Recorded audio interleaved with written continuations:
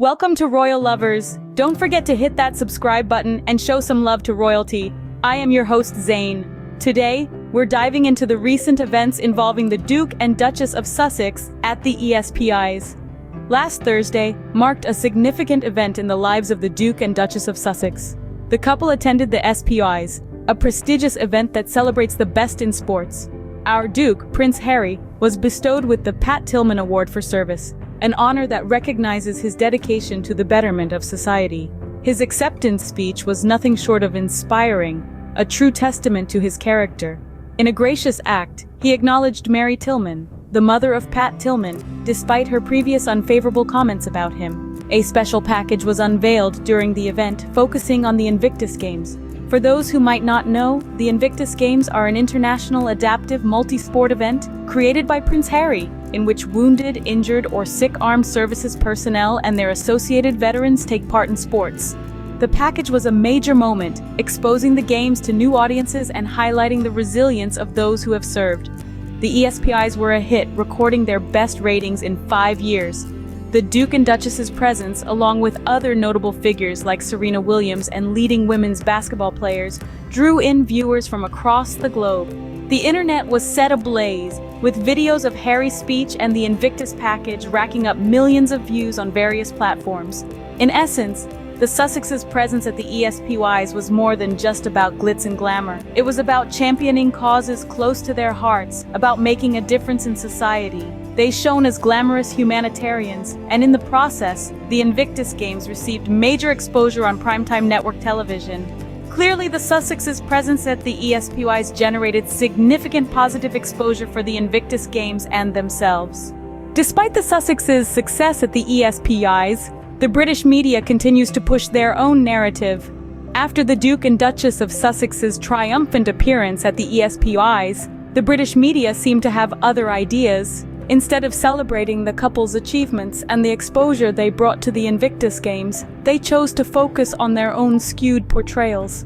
Leading the pack was Amanda Platell of the Daily Mail, who penned an offensive column criticizing Prince Harry's recognition at the ESPYs. She downplayed his significant military service, describing his 2 tours in Afghanistan as a brief war record. She also belittled his role in founding the Invictus Games, a global sports event for wounded, injured, and sick servicemen and women, both serving and veterans. Platell didn't stop there. She took a jab at Harry's heartfelt reference to the bond between a mother and son, calling it brazen. She insinuated that Harry was hypocritical for talking about familial bonds after his public disagreements with the royal family. Platell's words reeked of bias and a lack of understanding of the complexities of family relationships. But the Duchess of Sussex wasn't spared either. Platell painted a tired, unflattering picture of Meghan as a social climbing, money-hungry minx. This worn-out narrative continues to be peddled by some in the British media, ignoring the fact that Meghan has her own successful career and philanthropic endeavors. It seems the media is more interested in perpetuating stereotypes than acknowledging Meghan's accomplishments. The British media's relentless negative spin on the Sussexes' actions continues, despite their humanitarian efforts and achievements. Their portrayal seems to be less about the truth and more about maintaining their own narrative, regardless of the facts. It's a disappointing response, especially considering the positive impact the Duke and Duchess are making on the world stage. The question is, when will the British media start acknowledging the Sussexes for their work, rather than for the controversy they can stir up? The Times even went so far as to suggest that the Sussexes are faltering in America. Enter Kate Mansi of The Times, who took it upon herself to pen an exhaustive piece to substantiate the British media's new hypothesis. Apparently, she viewed the clips of Harry receiving several standing ovations at the ESPYs and concluded, "No, the British audience will believe us when we say that Harry and Meghan are struggling."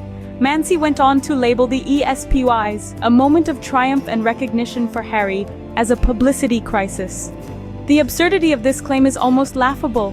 A publicity crisis? Really? One has to wonder if we were all watching the same event. Mansi's article did not stop there. She hypothesized that Harry's popularity across the Atlantic is beginning to wane.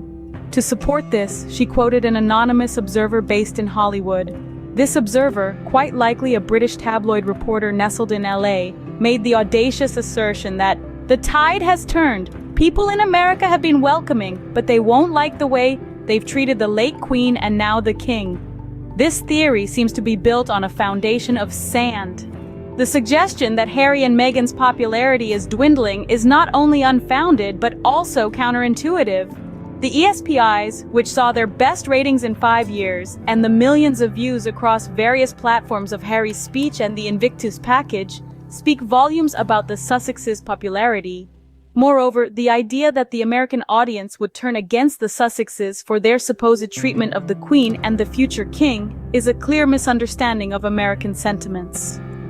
The American audience, renowned for their love of independence and freedom of speech, are more likely to empathize with the couple's decision to step back from royal duties and carve their own path. Despite the Times hypothesis, the Sussexes' reception at the ESPYs tells a very different story. The British media's misunderstanding of the American audience is evident in their coverage.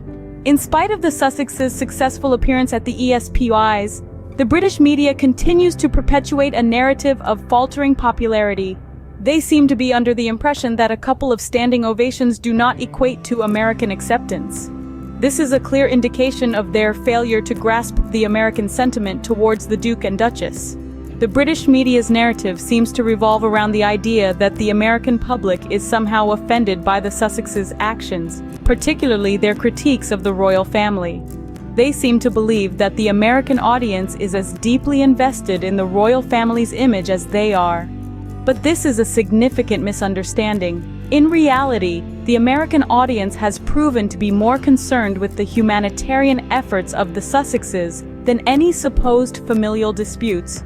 Americans have shown a great deal of interest in the Invictus Games, a competition for wounded veterans founded by Prince Harry, and Meghan's advocacy for women's rights. These are the aspects of the Sussexes' lives that resonate with the American public, not the alleged drama within the royal family. The British media's attempts to dictate how Americans should feel about the Sussexes is not only misinformed but also a tad presumptuous. It's as if they believe that they, and not the American public, are the arbiters of American sentiment. This is a clear misstep, one that only serves to further alienate the American audience. It's interesting to note that these attempts to control the narrative often backfire. Each time the British media tries to paint the Sussexes in a negative light, it only seems to increase their popularity in America.